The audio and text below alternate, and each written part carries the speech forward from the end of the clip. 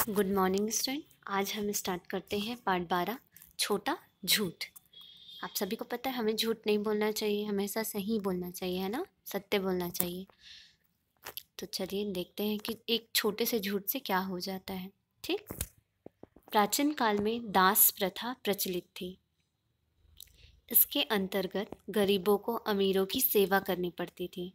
दासों को खरीदा एवं बेचा जाता था और उनके साथ दुर्व्यवहार किया जाता था।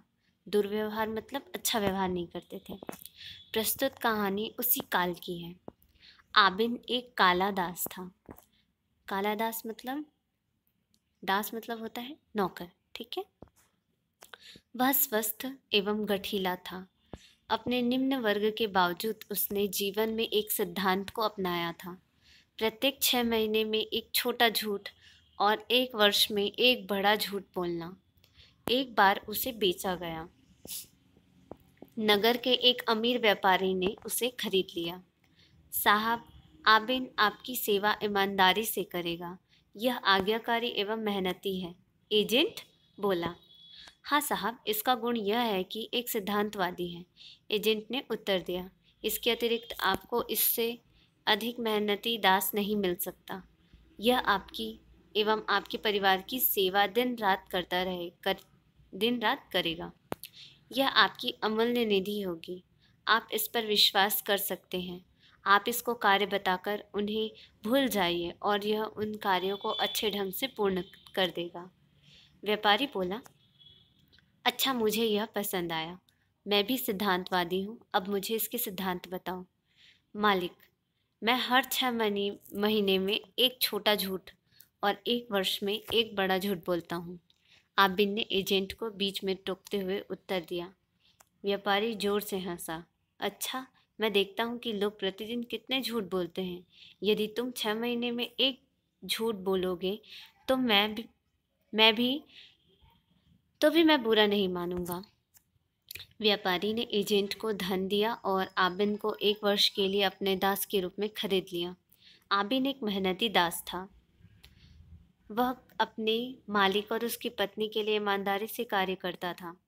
वे उसके अतिरिक्त सॉरी वे उसके कार्य से बहुत प्रभावित थे। उसने ईमानदारी से उनका विश्वास जीत लिया।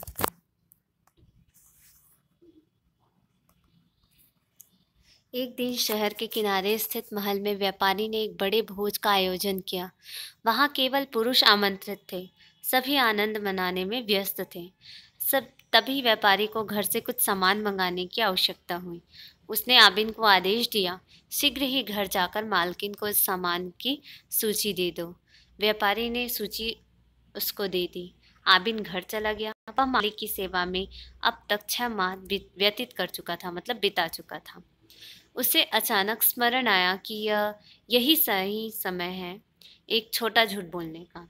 पर मैं क्या झूठ बोलूं? उसने सोचा। तभी उसके मन में एक विचार आया। उसने अपने शरीर पर सड़क पर पड़ी मिट्टी और कीचड़ लगाकर एक दुखी व्यक्ति का रूप बना लिया। वह मालकिन के पास पहुंचा और जोर जोर से रोने लगा। हे भगवान, मेरे मालिक कितने दयालु और अच्छे इंसान थे। आप अच्छे लोगों के साथ इतने निर्दयी क्यों हो? आपने हमसे उनको क्यों छीन लिया? उनकी जगह मेरे प्राण ले लो, परंतु उन्हें जीवन दे दो। अब मेरा क्या होगा? व्यापारी की पत्नी उसकी चीख को सुनकर झटपट घर से बाहर निकल आई। वह उसके विलाप को सुनकर, मतलब रोने को सुनकर, वह देखकर बहुत दुखी हुई। इस पर आबिन जोर जोर से रोने लगा और बोला, हे मालकिन, आप हमारे ऊपर दुख का पहाड़ टूट पड़ा है। मेरे मालिक भोजन का आनंद ले रहे थे कि अचानक छत गिर पड़ी। उसके नीचे मालिक एवं कई अन्य लोग दबकर मर गए। मालकिन इस समाचार को सहन नहीं कर पाई। वह अपनी छाती पीट पीट कर जोर जोर से रोने लगी। उसने दुख में अपने बाल और कपड़े नोचने शुरू कर दिए। तभी उसके पुत्र और पुत्रियां भी वहां आ गए। पड़ोसी भी व्यापारी की अचानक मौत पर दुख व्यक्त करने वहां पहुंच गए। सर्वत्र दुख की लहर दौड़ पड़ी। लोग रो रो कर व्यापारी की अच्छाई के बारे में कहते जा रहे थे, जिसे व्यापारी की पत्नी सहन नहीं कर पाई और आबिद से बोली, तुम किसका इंतजार कर रहे हो? अब मैं इस संपत्ति एवं वैभव का क्या करूंगी? हथौड़ी से इस सब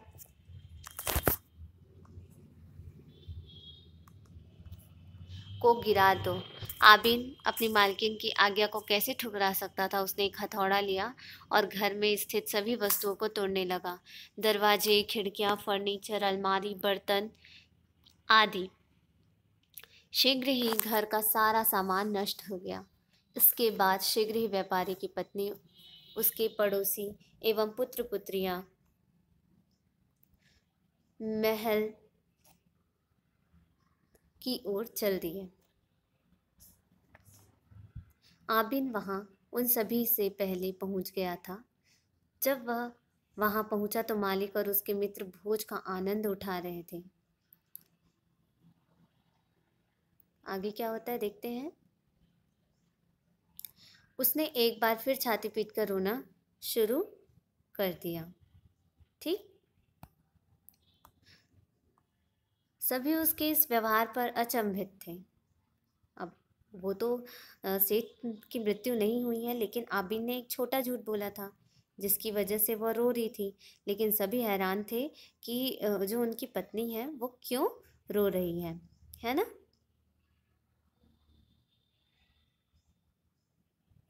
तभी क्या होता है, क्या हुआ, इस प्रकार क्यों रो रहे हो? मालिक पूछते हैं। ठीक है। आबिद दुखी स्वर में बोला, मालिक, मालकिन शयन कक्ष में थी, तभी पीछे पीछे की दीवार गिरी और मालकिन उसके नीचे दबकर मर गई। आपके पुत्र और पुत्रियां भी वहीं खेल रहे थे, वे भी दब गए।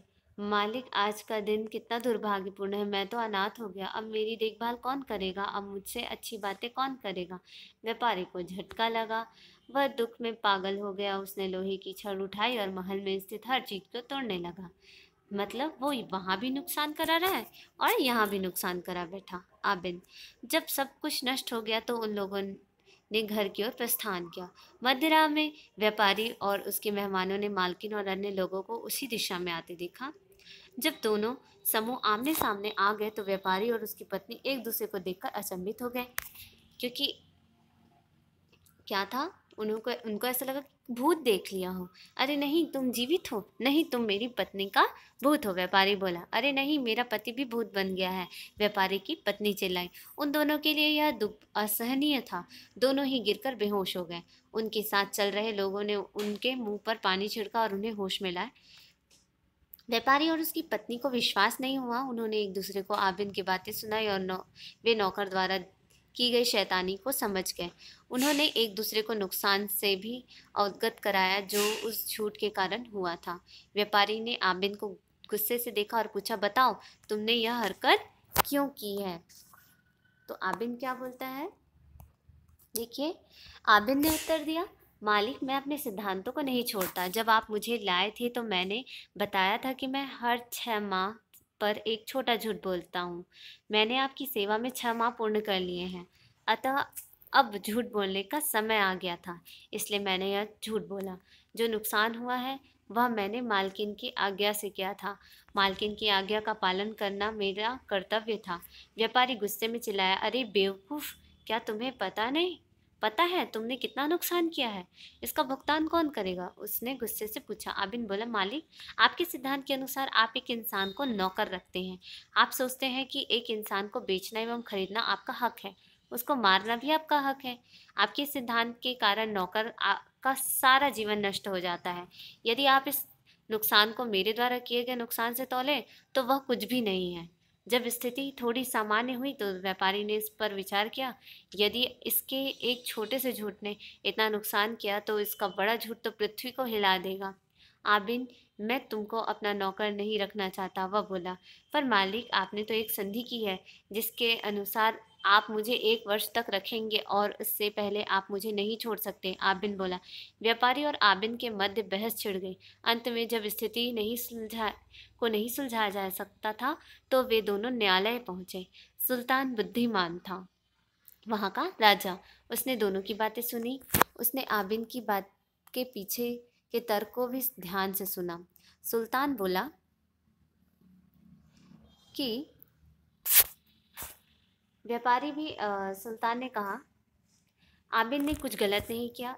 इसके उसने किसी भी संधि को नहीं तोड़ा है, लेकिन व्यापारी भी अपनी इच्छा अनुसार उसे रख अथवा छोड़ सकता है। यदि वह उसे छोड़ना चाहता है तो उसे उसके अगले 6 माह की बकाया राशि देनी पड़ेगी। सुल्तान ने दासों की दयनीय स्थिति पर भी विचार किया। उसने अपनी सल्तनत में दास प्रथा को समाप्त कर दिया। उसने बाजार से दासों का व्यापार बंद करा दिया। उसने घोषणा की कि यदि कोई व्यक्ति नौकर रखना चाहता है तो उसे अपने नौकर को महीने की तनख्वाह और अन्य सुविधाएं देनी पड़ेंगी, जिससे नौकर भी सम्मानित जीवन जी सकता है। तो आपको समझ में आया, जो दास प्रथा है वो इस प्रकार समाप्त हो गई। तो इस पाठ से आपको ये भी शिक्षा मिलती है कि दासों को अपमानित, मतलब नौकरों को अपमानित नहीं करना चाहिए। उनकी भी अपनी ज़िंदगी होती है अलग से। और एक एक दूसरी बात ये हुई कि आपको झूठ नहीं बोलना चाहिए, चाहे वो छोटा झूठ क्यों ना हो, चाहे वो बड़ा ही झूठ क्यों ना हो। इसके साथ ये पाठ खत्म होता है और इसके शब्दार्थ आप कर लेंगे। ठीक है। अगर आपने पाठ अच्छे से पढ़ा है तो इसके प्रश्नों के उत्तर आप आसानी से कर सकते हैं। प्रश्न नंबर 2, उचित शब्द चुनकर खाली स्थान भरिए। ठीक है।